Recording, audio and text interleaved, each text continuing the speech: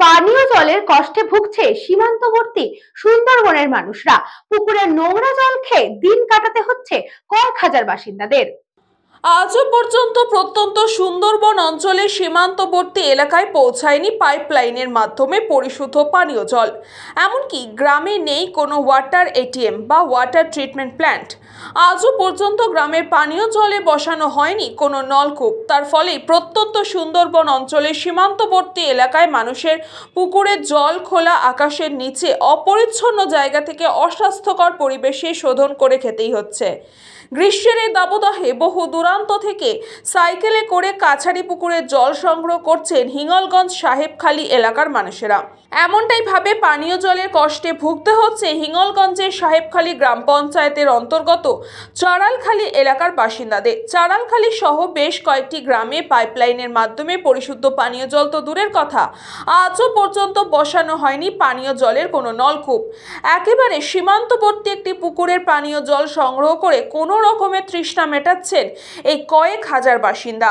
পুকুরের জল খোলা আকাশের নিচে অস্বাস্থ্যকর অপরিচ্ছন্ন অবস্থায় কোনো রকম শোধন করা হচ্ছে না, আর বাধ্য হয়ে সেই পুকুরের কাদা গন্ধযুক্ত জল খেয়েই নিজেদের তেষ্টা নিবারণ করতে হচ্ছে।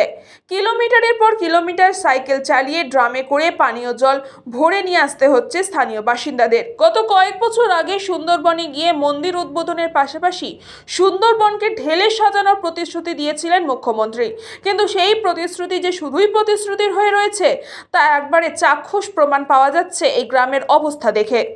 মানে ময়লা আবর্জনা পড়ে তো সেজন্য এই জল আমরা খাতে পারতেছি না।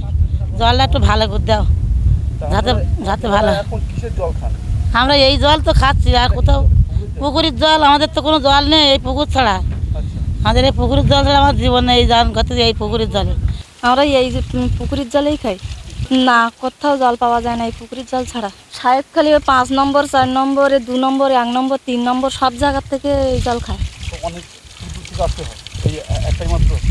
হ্যাঁ, এই একটাই জায়গা, কোথাও জল নেই এই জল ছাড়া।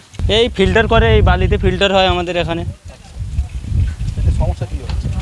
সমস্যা এই পুকুরে হাত চড়ছে, চারি সাইডে যাতে ব্র্যাকেটটা হয় তার জন্য বলছি বারবার। পাইপলাইনের মাধ্যমে এখানে তো জলেই নেই, আমাদের এইটাই জল, এই চাঁদখালি এইটাই জল আমাদের।